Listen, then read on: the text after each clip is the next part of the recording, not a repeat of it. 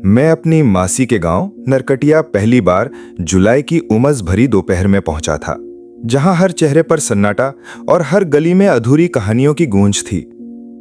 गांव के पूरब में एक टूटी हुई हवेली थी, जिसे सब भूत बंगला कहते थे, और हर किसी की जुबान पर उसका नाम लेते ही एक सिहरन सी दौड़ जाती थी। मुझे गांव में पहली बार जो लड़की दिखी, उसका नाम नैना था। बड़ी बड़ी आंखें, सफेद चूड़ीदार और एक अजीब सी चुप्पी जो जैसे उसके पूरे वजूद में गूंजती थी। लोग कहते थे नैना सीधी साधी है, लेकिन उसमें कुछ है जो इंसानों से अलग है, और सबसे ज्यादा डर वो काली बिल्ली देती थी जो उसके आसपास हर वक्त मंडराती रहती थी। मैंने जब नैना से पहली बार कुएं के पास बात की तो उसने मेरी तरफ देखे बिना कहा, भैया भूत बंगले की ओर मत जाना, वहां जो दिखता है वो होता नहीं और जो होता है वो दिखता नहीं। मैं हंस पड़ा और मजाक में कहा, क्यों, वहां कोई भूत रहता है क्या? तो उसने मेरी तरफ देखकर कहा, नहीं, वहां मेरी मौत रहती है। उसके इस जवाब से मैं थोड़ा हिल गया, लेकिन सोचा गांव की लड़कियों की अजीब बातें होंगी, और मैंने उसे नजरअंदाज कर दिया। कुछ दिन बाद गांव के दो लड़कों के साथ मिलकर हमने फैसला किया कि रात को भूत बंगले में जाकर सबूत लाया जाएगा कि वहां कुछ नहीं है। रात को 10 बजे हम 4 लोग उस बंगले में घुसे। एक दरवाजा जो जरा सा धक्का देने पर खुद खुल गया, और अंदर की हवा में एक ठंडापन था जो जून के महीने में भी सिहरन दे रहा था। दीवारों पर जले हुए हाथों के निशान थे, छत से लटकती टूटी रस्सियां, और कोने में बैठी थी एक काली बिल्ली जिसकी आंखें एक इंसान की तरह चमक रही थीं। हम जैसे ही अंदर गए, दरवाजा अपने आप बंद हो गया और हवा में अजीब सी बच्चों जैसी हंसी गूंजने लगी जो किसी पुराने झूरे की चेन की आवाज जैसी लग रही थी। हमने टॉर्च जलाया तो सामने दीवार पर लिखा दिखा, मैं अब भी यही हूं, और उसके ठीक नीचे नैना की जैसी परछाई बन रही थी। हमने डर के मारे भागने की कोशिश की, लेकिन किसी ने मेरी गर्दन पकड़ ली, और जब पीछे पलटा तो एक जली हुई लड़की खड़ी थी, आधा चेहरा पिघला हुआ और आंखें बिल्ली जैसी। वो बोली, तुम भी उन्हीं में से हो जो मेरी चीख नहीं सुन सके थे।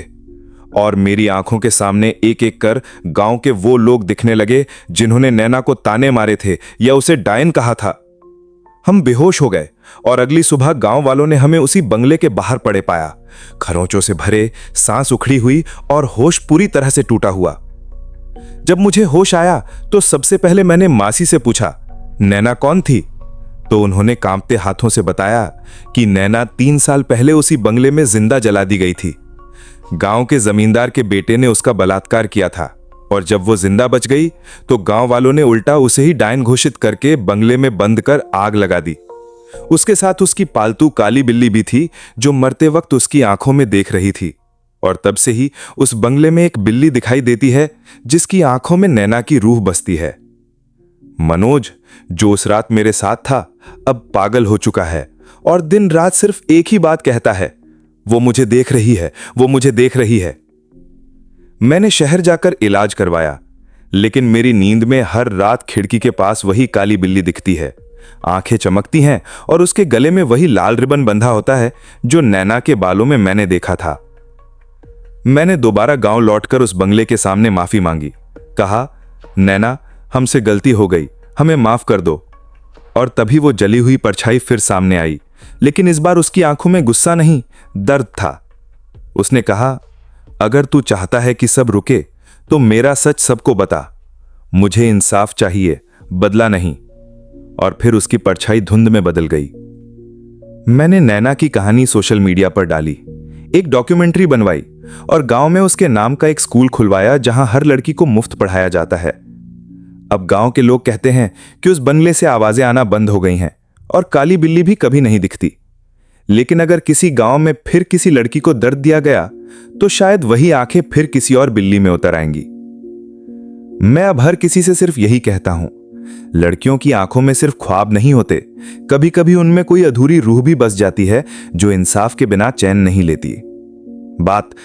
लेकिन बहन जी, बात यहीं खत्म नहीं हुई, क्योंकि 2 साल बाद जब मैं फिर नरकटिया गया, इस बार गांव में स्कूल का सालाना जलसा था, तो कुछ ऐसा हुआ जिसने मुझे फिर उस पुरानी रात की तरफ धकेल दिया। स्कूल में बच्चों की भीड़ थी, तालियां